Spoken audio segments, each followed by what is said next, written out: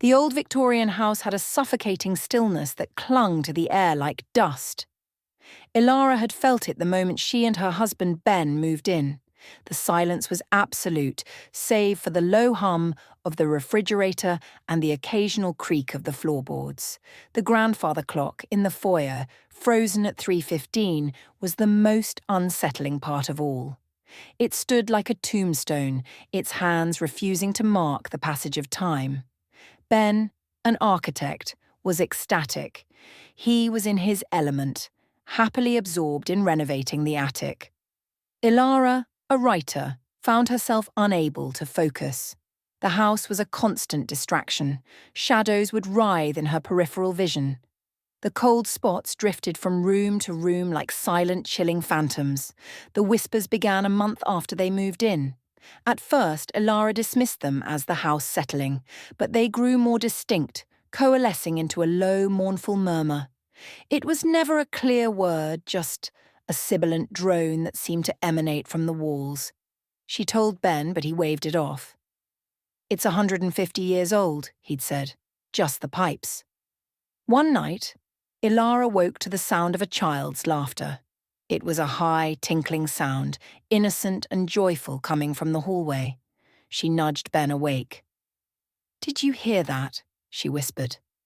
But the laughter was gone. Ben, half asleep, told her she was dreaming. Elara knew she wasn't. The next morning, driven by a gnawing dread, she went to the library. A profound sense of wrongness lived there. On a shelf of old, cracked books, she found a small handwritten journal. It belonged to a woman named Beatrice, who had lived in the house in the 1920s. Elara read late into the night. Beatrice's entries descended from hopeful accounts to frantic scrawls. She wrote of the silence that wasn't silent, of cold spots that followed her. Then came an entry that made Elara's blood run cold. He came today. The man in the clock. His eyes are two black holes, and he has a smile that is not a smile. He watches me. He watches the children. Elara's gaze flew to the grandfather clock in the foyer. The whispers, the cold, the feeling of being watched. It was all in the journal. The final entry was a desperate scrawl. "He took her. He took my little Ella. He is waiting in the walls. Don't let him take them. Don't let him take them all." The name Ella echoed in Elara's mind. The child's laughter she had heard. It hadn't been a dream. Over the next few days, a terrifying pattern emerged.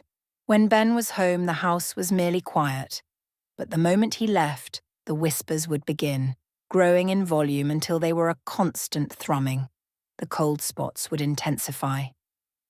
One afternoon, a glass marble dropped from the ceiling and rolled across the attic floor, a clear click-clack that went silent. Ben was working, but he was using a power saw. Elara went upstairs. The attic door was ajar, and a thick, cold air emanated from it. She pushed the door open. In the middle of the dust-covered floor sat a pristine glass marble. A low, guttural growl came from the far corner of the room. It was followed by a child's laughter, this time from directly inside the walls. She ran downstairs, her mind reeling. She called Ben's name. No answer. She had to get out. As she reached the front door, the grandfather clock began to chime. The sound was not a friendly chime, but a deep, resonating bong that rattled her bones. She ran outside, gulping in the fresh air, and frantically called Ben. No answer. She had to warn him. When she returned, Ben was standing in the foyer, staring at the clock, his face pale. "Did you hear that?" he whispered. "Ben, we have to go. Now!" she screamed. He looked at her, confused. "Elara, what's wrong? We can't just leave. This is our home." "It's not our home, it's a tomb," she shrieked. "There's something in the walls. A man. He's taking the children." She told him about Beatrice's journal. Ben's face was full of a pity that made her feel insane. Then, from the upstairs hallway, they heard a sound that made Ben's face go ashen. A low, mournful sigh, followed by the soft footsteps of a child running. The lights flickered and died. The grandfather clock began to chime again, a single deafening bong. A low whisper slithered from the darkness next to Ben's ear. He flinched. The whispers grew louder, a cacophony of 100 tormented voices. Elara saw it then. A shadow, a malevolent blackness darker than the absence of light, standing next to the clock. It raised a long skeletal arm and touched the clock's face. The glass cracked with a sickening sound. The shadow turned its head. 2 pinpricks of cold, incandescent blue light appeared where its eyes should have been. The voice that spoke was a low, rattling sound. 3:15. Ben gasped. The time on the clock, the time the man had taken Beatrice's child. The shadow figure began to glide toward them. "Ben, we have to run," Elara screamed. He was frozen in terror. The figure reached for him. Elara shoved him, and the figure's attention turned to her. The whispers were all around her now, filling her mind. "You found us. You woke him. Now he wants you." Elara staggered back. The figure began to grow, its form expanding, its limbs stretching into monstrous shapes. It was no longer a man. It was a writhing nightmare. It was in the walls. It was the house. And it was hungry.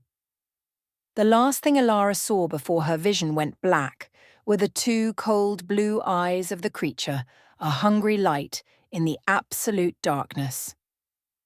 The last thing she heard was the frantic chime of the grandfather clock, its pendulum swinging wildly, marking the final moments before the silence came.